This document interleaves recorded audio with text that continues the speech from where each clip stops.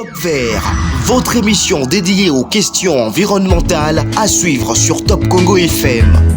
Chaque mercredi à 20h après les infos, rejoignez-nous pour faire le tour de la question sur l'insalubrité. L'eau, la forêt, le changement climatique, l'agriculture, la pêche, l'élevage et tant d'autres sujets. Pour tout contact, plus des 43 81 920 03 687. Top Vert, votre émission présentée par Gino Rema et Myriam Iragi. Bandeko balandi ya magazine Top Vert, mbote na bino esika nyonso ezwami bino esengo mingi lisusu penza pona kokutana na bino mokolo ya lelo mercredi ndenge tobetaka lisolo ya likambo etali environnement na biso mercredi nyonso totombeli bino penza botondi mingi pona confiance o bozali kopesa na émission na bino pe na Top Congo. Bongo topesi pe merci mingi na bandeko bazali ngambo ya masini kuna eza bongo Alain Pascal Mbungu pe na ngambo ya YouTube ezo permettre bino kotala biso na nzela ya bilili eza bongo na Dani Zayobi. Mercredi à lelo tokutani pona ko aborder sujet, c'est vrai que sujet asika mais eza penza o eza le quotidien ya biso mingi penza awa na Kinshasa pe na kanisa na baeban son o bavandi na kati ya ba province parce que eza bongo likambo etali insalubrité. Mingi na kati ya capitale congolaise awa toyebi ete likambo etali bopeto ezana nupenza défi munene pona biso banso na yango pona kobeta lisolo wana ya lelo est-ce que défi wana mukolo ezali penza tokolonga yango nini esengeli to sala pona kolonga yango pe nini bandeko misusu na ba initiative personnelle o ya bango bazali ko sala pote un jour biso bana na biso peba o bakoya sima bavanda bongo na une ville to dans un pays o eza assaini na yango toza penza na esengo ya koyamba ndeko Dieu merci Diavangama ya zabongo agent de développement aza coordonnateur national ya ONG 100 jeunes pour le développement na kanisa ezambala liboso te toyambio ezambala mibale na kanisi na kati ya émission Top Vert. Papa Dieu merci mbote na yo. Mbote maman Myriam Iragi. Boni basango la ngambo na yo kuna. Basango ezali malamu mingi penza to na ONG 100 jeunes pour le développement du Congo to ali kosala mosala na biso o ezali ya éducation environnementale et assainissement pe reboisement pe to zali kosala mosala na biso ya encadrement et autonomisation ya ba jeunes. Donc voilà, et je pense que au quotidien déjà quand il y a sujet nabiso ONG ESO existait depuis je crois 2 ou 3 ans. Non, ça fait déjà 5 ans depuis 2018. 2018 oui, ça fait 5 ans bozo travailler. Mingi na likambo etali biso lelo penza eza bongo ba initiative oyo de façon privée ou de façon vraiment concertée la baninga oyayo o bozana kati ya ONG bozali kosala pona komene campagne pe sensibilisation auprès la population na likambo etali salubrité à Kinshasa. Donc olobela penza mingi Kinshasa parce que toyebi ete le point culminant ya likambo etali insalubrité za penza mingi capitale na biso ya Kinshasa. Kasi yebisa biso papa Dieu merci. Na 5 ans au bosali ba initiative na bino bokomi wapi? Pour la ville à Kinshasa salité. Oui, maman Myriam, ville à Kinshasa ezali salité, ezali eloko to singango ezali faux effort pe apport ya congolais nyonso ya kinois nyonso pona tolonga défi oyo ya insalubrité ya ville ya Kinshasa parce que ce qui le lobby so sans jeune tozaki initiative wana eza contenu tozali ba kinois tozomona ndenge nini vie na biso ezali ko évoluer pe before nini ba konza mboka pe ba différentes structures pe ba partenaires de développement bazali ko sala pona ko rendre ville à Kinshasa propre mais ezo koko bakakate pe ba résultat escompté ezali ko koko bakakate yango moni tina nini ONG 100 jeunes pour le développement du Congo tozo militer mingi pe tozo éduquer population na koyeba ko kolongolana nos salités ezali na ville à Kinshasa. Concrètement. Premier problème concrètement ezali d'abord pour na kolonga insalubrité ville à Kinshasa ezali kambu ya éducation. D'abord il faut éduquer ba congolais ko éduquer ba kinois na o etali environnement parce que lelo tozana na problème ba kinois ba congolais nyos bazoye bateki RDC ezali pays solution climat donc le kona tozo betela ngo c'était ba konzipe bazo lobela ngo mingi te donc tolingi to ba ke ba imboka nyos ya Congo Kinshasa pe ya mboka o ya RDC ba yebaki biso RDC tozali pays solution climat donc biso nde tozo gérer climat na monde entier alors tozo yeba ko lata vraiment charge au monde a pesi biso te ya gestion ya climat relation ezanini gestion ya climat wana na makambo etali salubrité na mboka na biso mais salubrité ça marche de pair na climat pour le lot tozo omonango ti bazo kata banzete ti nini boy nyosone ezali gestion climat tozo ba valeur nango te pe le lot bosoto o ekomi mingi na ville ya Kinshasa ezapeka ko tozo j'ai contribuer pe na climat na biso donc quelque part eza logique te to lo bakere toza poumon ya humanité mais tandis que na esika to vandi eza salité eza logique te eza pe soni parce que le lot mutazali libana mboka tant aux na RDC la première des choses à hôtel qui en matière environnement c'est l'RDC qui est biaza pays solution à climat maintenant on ya na kati ya RDC oyo ayoka kalibanda yango ta omona ngo na kati ya ville ya Kinshasa oyo ezali poumon d'abord ya mboka bosoto eleki makasi tozolo bango bosoto eleki makasi yango na biso sans jeune toyeno na éducation environnementale to ali ko sensibiliser ko vulgariser population na koyeba ko respecter environnement na biso champ d'action na bino eza na Kinshasa capitale eza munene po na kanisita msuba tumisuba zolanda biso ba roloba sanje na ngonga na mona bangoti ba intervention na bango ba activité na bino bosala kango wapi ba activité na biso premièrement rayon na biso d'action à Kinshasa pe ba activité na biso soki nzamba sungi to koyeba ko kenango pe na ba province parce que la majorité des provinces bazali ko kutana pe na makambo to zali na kati ya ville à Kinshasa sans jeune to zali d'abord siège na biso zali na Lemba Foire pe ba activité na biso tozo sala ngo na commune Lemba commune à Makala, commune à Lingwala. Ce que l'équipe Liboso a parlé du peuple, au commune ndeni to aménager qui site wana ou a parlé du peuple libanda na ngonyo so wana tina sima wana ezabino. Biso sans jeune to ali na commune à Kasavu bupe to sala misala ya ko kiuraka ba caniveau, misala ya ko installer ba poubelle publique na ba lieu public, pe na ba église, ba école pour nyoso wana ezo contribuer na ndenge ya sensibilisation na cadre ya respect environnement. Peto zali du susu ko yeba ko travailler na ba asbel mususu komba achako na cadre ya ko yeba ko baleyaka ba grands acteurs ba rompenga ba sans jeune azali wana to zali ko sunga ba paroisse catholique to zali ko pesa ba poubelle ndet na Saint-Christine na commune na Makala to sala musala oyo zali ko monana ce qui lelo yé na parler du peuple ko mona ngambo na nyoso to aménager kango ezalaki fulu ezalaki ko zamba mais sans jeune avec des moyens de bord toyaki kosala musala po ezali participation citoyenne na biso pe to sala pona yete moko na biso yeba kotia loboko pona kotombola mboka na biso Congo siko ba moyen ni bino bozanango parce que to kende to zonga toyebi biso nyonso projet ya Kinbopeto wana eza kutu gouvernement provincial ye azana prétention na kozana makoki ya kolobaki na lingi na seni en ville siko bino est-ce que eza moi prétention te ke kolobaki bokolonga bitumba o bino moko tokoi kolonga bitumbo biso moko te tokolonga bitumbo so tozali lisanga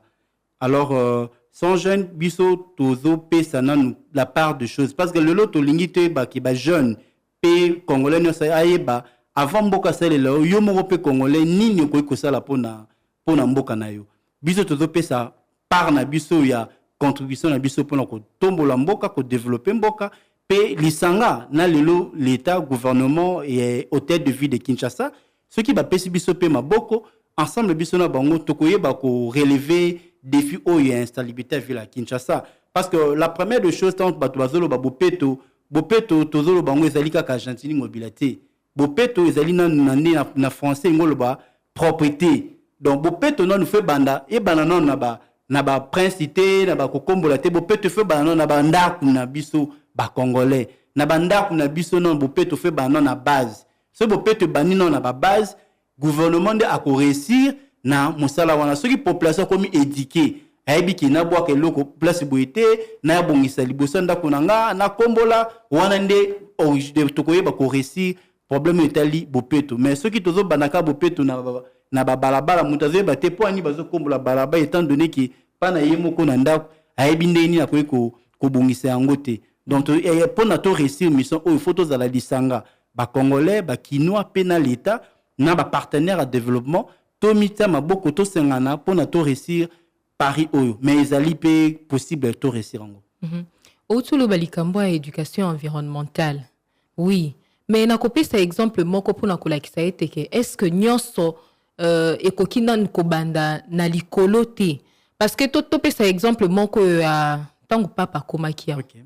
Biso nyonso batu nyonso ba empruntaki banzela oyo babongisaki esika o le pape était censé passer to moni ndenge basali misala mbangu to moni comment est-ce que babongisi liboso ya zigida wana na ngambo ya ndolo babongisi mbangu est-ce que tout le bateke nyonso wana ezaka volonté ndezanga raté volonté nde pour na ta mukie basali bongo est-ce que les gens se posent la question est-ce que biso ba kinois ba congolais tozana droit ya kozala na un milieu assaini kaka soki tozo yamba bapaya kasi mabende tozomona pe ya wana parce que même tant que papa yaki tomona ki même embouteillage esila ki na banzela tolingi politique wana ezala politique moko continuelle ezala continue ba peuple aye ba déjà ki assainissement ezaka teso mopaya aye tozali ko ka pe ki par président Macron ko ya to mona sous même effort que ça le mais tolingi ezala tozela soki mopaya zo yande ba bongisi tozo telemela nde système wana tolingi ezala une habitude que congolais no sayebi ki ezaka teso mopaya mais na bongisaka même l'état ayebi ki na bongisaka banzela na bongisaka bisika nyonso baimboka bazali pona koyeba pe ko batela ba santé parce que ceux qui paient bisiko to vanda salité leki makasi babokono ezali ko ya mingi na wana bana na biso bazana ba danger ozomona bambula pe zobeta mikolo na kati ya ville ya Kinshasa yo moko ozomona boni banzela boni ba inondation tozali ko vivre nango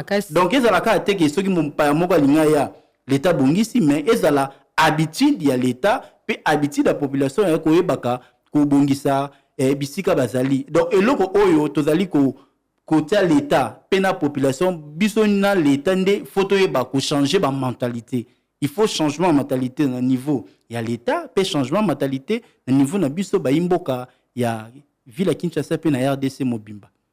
Merci papa Dieu merci na kanisa tozoko bana émission na biso motuna nanga mususu eza koyeba approche nini tozonga penza mingi na obozo sala olobi boza na commune ya Lemba na ngambo ya palais du peuple pe bo sali misala pe sika mususu otangaki na ngambo ya Kasavu Makala bozo sala musala est-ce que koki ko expliquer biso approche nini bo utilisaka tango bozo ya bozo approcher notamment na soulever yango campagne o bozo sala par exemple ka niveau eza fuluté poto ebiete mentalité na biso soki ko ebisa mutu ko bwaka eloko boye awate esika o eza mabe luka esika poubelle ezali tia bwaka eza peza penza facile te message wana le kapo mingi ezala esuka kaka ayondo ko bongisa mboko approche nini bozo utiliser entre bino na population pour que message na bino eleka soki okoki ko limbolela biso ndenge nini bosalaka. Merci maman Mireg biso approche miso zali tobe en approche de proximité donc biso to banarana na population yemoko en plus biso tozo salela évangile o babenga ngo évangile à Jésus to peso lipa to peso mateya pe to peso na lipa donc tant to sensibiliser population que caniveau eza fuluté question batu na biso bongo siko fulu ezali wapi tina na wana sanja na yaka a installer poubelle publique pour la koyeza population qui o ezali modèle o to peso lokola exemple soko lingo bwaka bosoto na yo bwakango na kati ya poubelle ko bwaka na caniveau te parce que tant la population azo bwaka ba ordure ba bosoto ne ba plastique na kati ya caniveau orobele à l'état ya président de la République ya côté la biso likambo mais yo moko tongo zo bwaka na caniveau ebi ke caniveau so ekomi bouché ya ngwana ekoya ko mimela biso ba inondation et ba maye comme côté miso na ba ndako biso approche miso zali de proximité to kinaka vers population to sensibiliser nanu parce que kinoa yo kaka congolais yo kaka na mais izenga kalikambo ya ko vulgariser pe ko sensibiliser to kinaka na ba wenze na ba marché public na ba école na ba église sensibiliser d'abord population tolobi na bango te maman caniveau eza fuluté oui mais pour na que caniveau eza la fuluté ta la poubelle au sans gêne à Tielibino à titre il y a modèle pour la poubelle nyos yo kokate que pour te servir banda kunyos tozota ba ki pa poubelle pour na modèle pour na yela ki sa population qui boaka ka bosoto na yo na kata poubelle même na banda kuna biso boluka ta ba poubelle ata ba cantine boboka ka bosoto na kati ya ba poubelle pour na to évacuer ka ndeti biso sans gêne to alina équipe na biso ya gestion ba déchets oyo boyaka na ba elinga ke ya yango wana abwaki na poubelle oui etondi sima eke biso moko to évacuer yango to za ba pousse biso sans gêne ba abonné na biso bazali belé même na makala to évacuer mais biso to travailler to bakango sans gêne on travaille au service du peuple congolais biso to travailler pour na population amona apport nini ONGP ezali nango pour na développement ya mboka tina na ngwana nde to yaka kosenga ka sikoyo soutien et pas y a l'état et pas ba partenaire à développement o ba yebi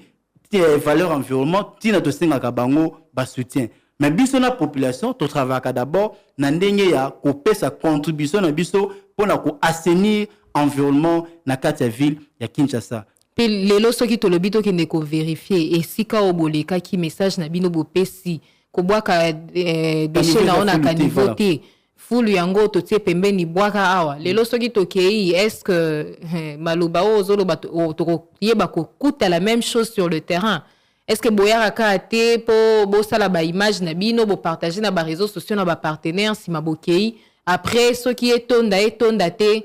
boye bolongoli une fois deux fois et puis après c'est fini. Maman Myriam iraki na eu sur condition to travailler nango c'est très difficile soki na ba problème so sans gêne au moins la même etondi et là au moins peut to libo beta c'était tant au sans gêne à teli population poubelle publique tant etondi bon c'est la ka cordon te bien ba pousse un biso ya ko évacuer te to li pe population peut a changer leur mentalité na et to be un changement de narratif yemoko pe ya mon poubelle ba tela biso et là on jette tout boka salité biso mo to sala nini to s'organiser pe to kinde ko évacuer mais biso to yaka toujours ko évacuer ba poubelle na biso ezali na lemba foire na lemba terminus na rond-point ba bisika nyonso ba poubelle na biso ezali biso moko sans gêne to évacuer yango avec des moyens de bord donc tant que avec des moyens de bord et ça avec beaucoup de difficultés pe biso mo to sensibiliser population tina eleki awa na Top Congo ezali radio numéro 1 ya RDC et ça peut que dans le cadre ko continuer musala na biso to sala ngo ya ko sensibiliser ya ko vulgariser population na respect de caniveau parce que ceux qui population a respecté en côté donc to reconnaître toujours ba même problème au tozo mona ba inondation et ba caniveau bouché ba même ceux côté la batuti na kati ba bureau il y a des bureaux monsieur comme rappel inondé to yi bango na kati ville à Kinshasa donc biso nde tozo beta c'était pe tozo kogoye ko to sala musala te pour na ba réseaux sociaux biso to travaille au service du peuple depuis longtemps et dans la réseaux sociaux dans la té biso sans gêne ba o ba yebi biso na ba cité ba yebi que sans gêne a fournir ça ba effort na ye ya makas pour na koyeba ko sunga population na ba moyen de bord na zo beta cité wana siko est-ce que message na bino ele kaka penza ele kaka facilement auprès de la population. Oui, message monsieur Zali capté parce que le lot na ba commune au biso tozo sala musala biso munyo so yebiso ko moni sans gêne caniveau la fuluté sans gêne un jeune un arbre ba yebi ba message biso o to lobaka so qu'il bossa pe di au moins la bien na mire wana to comment caniveau za fuluté tango yozo leka passant zo leka muna mutu ka zo leka il a déjà message o a bien ngo ya sensibilisation que to respecter caniveau parce que to remarquer ba caniveau ya ville à Kinshasa ils a respecté té pe ba caniveau eza pe mukie na kati ya ville ya Kinshasa to 5 pe na ba konzi ba yikolanda biso ba pe ko accélérer projet oyo ya aménagement du territoire parce que okoleka ba commune mususu eza urbanisé te ezangita ba caniveau siko to mwamba ba mbule ko ya mai kinde wapi na wa mukie wana ezali ekoma ba poubelle nyonso wana. Mais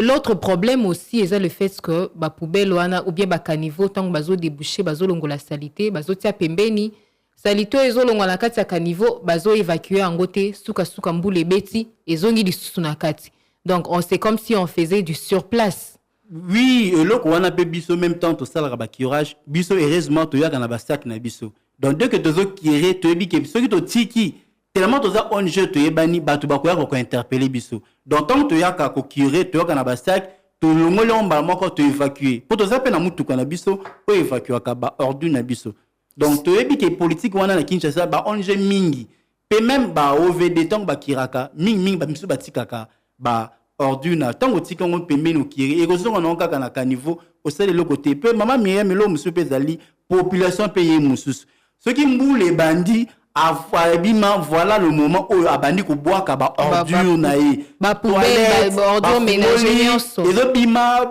comment ko pepa ba wese na bango na moment ka ba moni mbula ba totalité on la olie ba zo ba ki évacuer ngo na ndenge keni na ba décharge ba kozwaka ba boaki na mai ekeni tango keni ko taka na caniveau eke ko boucher sika mai esengela ki eleka eleki lisusu te. Alors papa Dieu merci. Oui. Yebisa biso au lobby bozo travailler na ba moyens de bord. Qui dit moyens de bord et ce sont des moyens financiers. Oui. Comment vous vous organisez justement pour na kosala nyonso wana mbongo notamment Mosolo? Donc Mosolo parce que la salubrité au Kitao Mata ça passe par l'argent. Oui. Pe loko leki dépense en salubrité ezalité même ba kozamboka ba yebi que salubrité dans la dépense est belé. Il y a des dépenses belées, motivation, jeunes, au travailler, évacuation, nous sommes en carburant, tout. Alors nous sommes une ONG, on travaille avec la cotisation de nos membres. Les membres fondateurs, maman quelques partenaires, il y a moi comme balé oyo, biso maboko. Nakati yote bobanda ki ndenge nini po bokutani bosangani ka bolobi bon biso to travailler kaka pona ko assainir ville na biso ya Kinshasa. L'histoire na bino banda ndenge nini sans aucun autre intérêt moko ezate boye ka bolobi bon to banda otsa bambongo na biso po to contribuer na assainissement ya ville ya Kinshasa to ndenge nini. To banda ki d'abord na encadrement et autonomisation ya ba jeunes mingi vulnérables ba maman ba tekaka ba mapa tozo autonomiser bango tozo sunga bango mais na contexte au mona ki tozo sunga ba jeunes tozo former ba na ba auto école ba ko sala ba forage na ba commune reculée mais tout le monde qui non mais commune ba ko ville en Kinshasa o tozo ko travailler salité leki o leka bo moni fulu o ko zonga bo moni salité o ko leka bo moni même ba excrément ba to ba komi ko boka ngona ba balabala et ça passe to non to linga pe ko telema pona to ba ko bongisa environnement na biso pe ko éduquer population donc ça par rapport à contexte oyo te ko kutana ngo na kati ya ville na biso pe na RDC Mobimba. Donc eza na souci ya mboka to lobi non il faut to bongisa na nous environnement na biso to sensibiliser to ba non na sensibilisation to bandi sensibilisation vulgarisation ko leka na ba média ba radio ici ko belela na internet to bi pe to kota ce na sur terrain to banda ko assainir ko reboiser pe banzete o ezali pe musu musala to salaka et on to lobi non biso moko jeunesse to ba ko telema pour na kolonga défi oyo ya environnement ya protection ya environnement ya pays solution climat oyo ezali RDC. Depuis na cadre wana nde bosangana ka bo te ba cotisation na bino pour bosala misala nyo. Ba to ba tsa ba cotisation ba za ba ministre te ezaka ka ba membre ba fonctionnaire à l'état ba moni na souci ba te cordon to moni to pesa 1000 francs oyo boki non ko somba ba poubelle to somba ba poubelle ba teka ngo ba tono to zotia ni to ba teka ngo au moins bon ngala pesi étant somba 3 poubelles boté na ngai na quartier boy na avenue boy donc ezaka ba membre imité mama lambu ya sans gêne o ba lingi mboka na bango ekende liboso oyo moni ki ba contribuer à des gauche droite mais c'est difficile au moins bozo ba contribution na mezo ko kaka te na vision pe na munene ya mboka parce que ezape anormal ki na ville à Kinshasa où ezali na budget mobimba où etemi pour la salubrité ben individu ba contribuer à kapona ko assainir ville c'est anormal donc biso to ça la première part ezani ba konzi ba koyi koya ko pesa biso coup de pouce pour na to kende parce que ville yemoko hôtel de ville moko ko assainir ville à Kinshasa te pour ya de recoin mususu kutu ba konzi ba kota kate mais ba ONG ezana capacité ya kokota pe ya koyeba ko assainir ndeti soki oké na makala niveau ya ba foule ezana na commune ya makala mais tu peux même pas y croire ce que tant bazo déranger sans gêne bolongo la ba foule oh ce que sans gêne tant za ba moyen te na royaka mbangu na radio na beleli ba konzi na koleka tant so ba partenaire na mon partenaire moko mbalema bo pesa sans gêne mo possibilité oyo ba évacuer ba ba fulu wana parce que fulu ngo mona bana mike bazali wana ba boti bazali wana ba maman bazoteka ba mikate wana ezoya pena ba malade yango même pas donc nga en tant que congolais en tant que kinois na kokokana ko supporter ko mona makamba bongo te on doit faire quelque chose dans un premier temps bongo l'état soki nzamba sungi aye ko sunga susu biso siko justement l'état pe azana ba projet notamment Kinbopeto est-ce que l'idée à ko rapprocher gouvernement provincial peut ko partager makanisina bino to peut ko travailler en collaboration exacte mais coordination Kinshasa Bopeto ba yebi sans jeune Bopeto ba yebi ngo très bien ba yebi pe ba mona ka musala ni to sala sur terrain donc pe ba plaidoyer pe ba mbela ba demande biso to kotisa et part et d'autres et pas ya ba ministre de l'environnement provincial ba yebi dossier oyo même ministre de l'environnement national maman Eve Bazaiba ba yebi dossier oyo hôtel de ville son excellence Gentili Ngobila ba yebi dossier oyo ya sans jeune Bopeto na musala ni to sala mais ti lelo nanu to zuité biso pe tongo to zuité financement to kanga pe maboko te biso to continuer quoi au travail parce que nous on travaille pour le Congo au moins bien on GM c'est ça 100 jeunes pour le développement du Congo donc nous on travaille pour le Congo ceux qui be fort na bango ko ya gloire à Dieu mais ceux qui étaient nous on va pas croiser les bras nous on va continuer à travailler ba partenaire en développement basé au Kabiso chef de l'état ba konzamboka bazo Kabiso ba tsabiso maboko mais l'autre option est que ba ONG misusu pezo intervenir lokola bino na cadre et assainissement à ville à Kinshasa. Oui. Est-ce qu'il n'y a pas lieu que vous se mettre ensemble, vous partager ba idée, ça peut arriver vous réfléchir ça pénalité dans ce sens-là voilà. Pour que vous se mettre ensemble ensemble on est plus fort oui, il faut une synergie. Au moins sikoyo ba ONG misusu biso to tandaka maboko ndeti to travailler na Ashakwaza Asbel. To travailler ba na Rompengaba pour na kwa seni Rompengaba. Donc biso to prêt pour travailler avec tout le monde. Donc ba ONG ou bazola nanga ba leader ba ONG, leader ba société civile, ba partenaire bazola ndabiso, ba que sans jeune il est disposé de travailler en synergie pour développer notre beau pays qui est le Congo. Alors ba défi ni penza majeur au bozokuta na ngona cadre musala na bino. Premier défi zalina ndongo toloba financement mbongo pour salubrité et singaka mbongo. Ko sensibiliser, ko les capables boye ko kena ba wenze ba mégaphone et singaka ba moyen. Première difficulté ça ba moyen. Deuxième difficulté pe approche de la population. OK ba population so eka to maman to lo ba Bopeto. Bino wole mbongo déjà Argentini. Donc non mo bika Bopeto assimiler bino directement na Kinshasa Bopeto. Tika biso bino bo samboko. Maman. Place ozoteka no mikate au fini kango te ezali salité caniveau eza ko tonda ba kusu. Bazobota na ba caniveau. Est-ce que eza na pona yo moko donc difficulté mususu ngwana. Compréhension entre biso na population. Mais au fur et à mesure, bon, on a bino kaka bozo répéter bah comment comprendre. Papa boy bongisa bo sala boy. Donc elo ko na lisusu ezali difficulté to zomona nango. Donc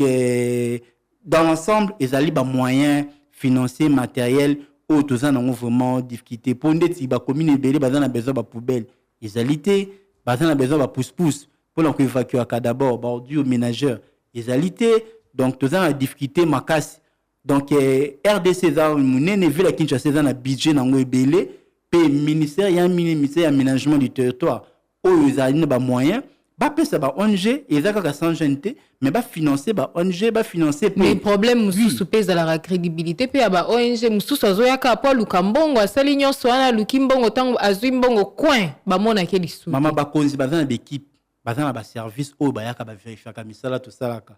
bazana ba service ba yebi ke ONG eza crédible ONG eza crédibilité ba meka siko tout on soko ba baleki ba mbongo ba meka non sans gêne batala nanu ni to ko sala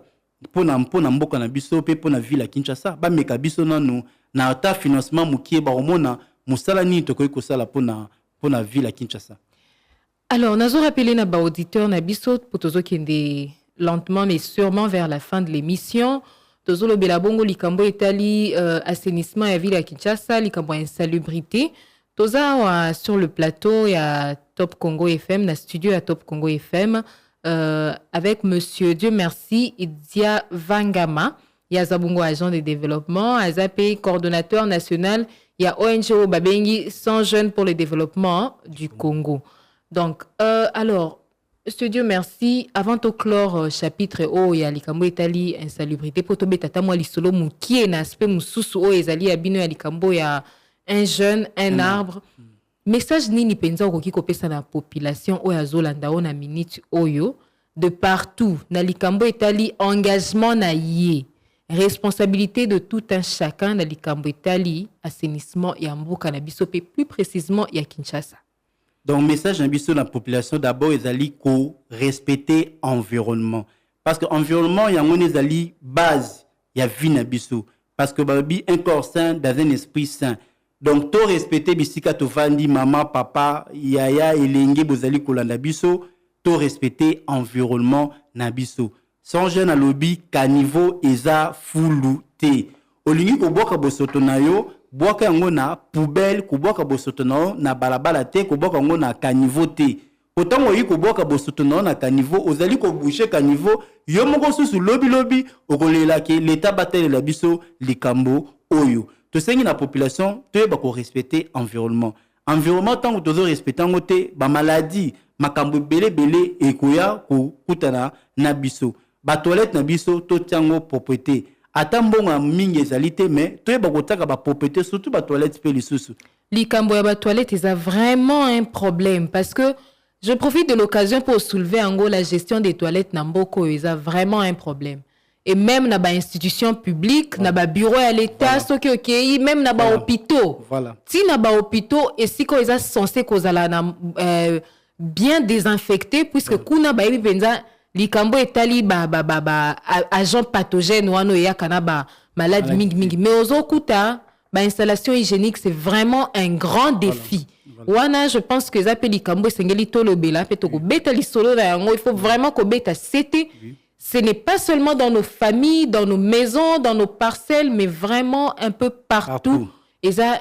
un grand défi aussi. Oui. Kasi na yango na pe nazo profiter biso sans jeune to lancer qui premier projet wana ya dératisation, désinfection pe désinsectisation ya ba toilette, ba ndaku, ba immeuble to bandaki wana komi na makala oyo tozo déjà ko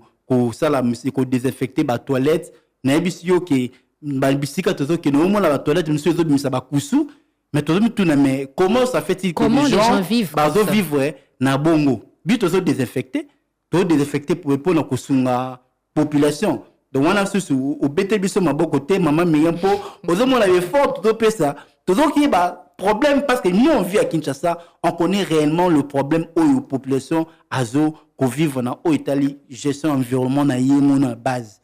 Donc tant tolo ba kinbopeto fait bana ba base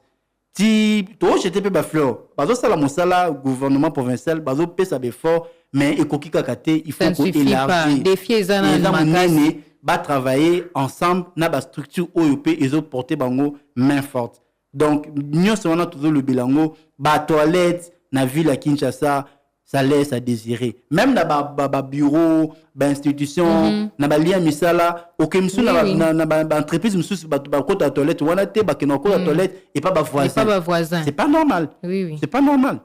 Et ça penza normal te ya solo likambo etali salubrité to propreté. Et ça normalement quelque chose au tokoki ko sakana nango te parce que nos vies en dépendent.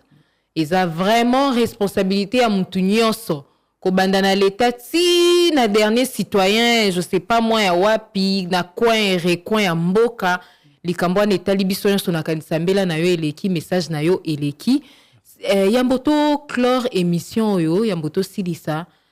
na prona kati ya ba branche oyo etali makambo oyo ya bino na kati ya 100 jeunes obosalaka eza bongo lisulo betaki ya un jeune un arbre na cadre na kanisa eza na cadre ya projet où il y a 1 milliard d'arbres, hein? Oui. Au chef de l'État lancaka il y a de cela quelques années. Oui. Nangambo na bino apport ezanini. Apport na biso son jeune na projet à un jeune un arbre nzete moko elenge moko nzete moko biso son jeune to ali na site na biso oyo ya Mingadi tozali ko planter plus de 1000 arbres. Auto comme échantillon tozo planter 1000 arbres, ba arbres fruitiers et non fruitiers. Tozana ba corosol ou eza ba cœur de baie, tozali na ba mangousta et pe ba avocat oyo tozo plantango pona koyeba pe ko résoudre des problèmes ya reboisement na cadre ya changement climatique. Donc tozo travailler kaka na assainissement et gestion des déchets, tout travailler à niveau de reboisement pour lutter contre le changement climatique. Sans jeune, manami koleza koya beaucoup mona na bilili ba nzete auto zali kolona pour na été to lutter nango. Peto sengi na population nzete ezosunga biso to e bako kata ba nzete bikatela te. Soki bomoni ba moyo ezali makasi mikolo na ville ya Kinshasa ezali nyonso pe na cadre ya problème ya ekoyeba ko ya gestion ya changement climatique. Kasi mapango ezali su minene te ndenge ezaka liboso esika nyonso mapango ezaka minene na banzete bakata pona ko rendre rentable ba espace wana kotonga bandako po lelo tout le monde le sait l'immobilier ndako ezo rapporter pena mbongo ebele. Mais tant que vous avez kulinga tika tan zete mo na kata ndako na yo ezo pesa pe biso oxygène biso to dégager ba gaz carbonique o zete pe biso oxygène et loko la be maman photo lo bilango na top vert parce que tant to kata banzete ko moyi tango bi makas ozana ndako to bata mawapi o temi na re o mo tan zete pe ce côté limité zete ça important nya ko yeba ko lona nzete ko zala na nzete pembe na yo soki lona ndako moko ya Congolais lobi ki na tika na tsa nzete na ngai moko et que ça la kitoko mingi kene na même na ba village au mona même mutatongi ndako ne nzete mi bale mi sato et que kozanga te yango na pe mupepe ya village ne ya ville ezala ndenge moko te pokuna tolobaka ozo yamba pena mupepe o eza frais j'imagine lilobana yo ya suka yambo toka bwana. Oui. Merci beaucoup na Top Congo vous allez radio numéro 1 na ndenge boyambi biso pe na ndenge bosungaka biso yo koyeba ko sensibiliser pe ko vulgariser na toni bino botondi pe na numéro 1 à Top Congo mwana mboka qui c'est le sakono otobenga ka fierté à jeunesse pe na ba camion sur Top Congo pe to lukobala miso ceux qui allient était na l'état o to sengi na vraiment aiba kotia sans jeune maboko na ba projet o azali nango na cadre ya protection environnement TPT au battre l'environnement na biso parce que RDC zali pays solution climat pe to sengi pe na ba partenaire à développement ba ko accompagner biso pour na koye ba ko réussir mission otozali nango ya protection environnement na biso. Merci mingi na yo ezalaki bongo monsieur Dieu merci Diavangama azabongo agent de développement pe coordonnateur national ya ONG 100 jeunes pour le développement na yende to betaki lisolo penza mingi ya oyo bazali ko sala na cadre ya ONG na bango pour na ko prêter main forte na gouvernement provincial na kati ya ville ya Kinshasa na likambo etali assainissement ya mboka na biso pe na mwa suka to beti bongo lisolo ya projet o bozali ko mettre en œuvre pe un jeune un arbre ko lona nzete po ndenge to yebi yango nzete za pena na tina makasi na bomo ina biso na bino nyonso bolandaki biso to pesi bino penza merci mingi to pesi merci pe na bandeko bazaki ngambo machine Alain Pascal Mbungu to pesi merci na Daniza Yobi na côté ya YouTube pe merci na Miguel Mena azali bongo ko coordonner émission oyo pe merci na maman Gino to kokutana certainement mercredi prochain na bino banso to tombeli bino mokolo elamu. Top Vert, votre émission dédiée aux questions environnementales à suivre sur Top Congo FM. Chaque mercredi à 20h après les infos, rejoignez-nous pour faire le tour de la question sur l'insalubrité. L'eau, la forêt, les changements climatiques, l'agriculture, la pêche, l'élevage et tant d'autres sujets. Pour tout contact, plus des 43 81 920 03 687. Top Vert, votre émission présentée par Gino Rema et Myriam Iraghi.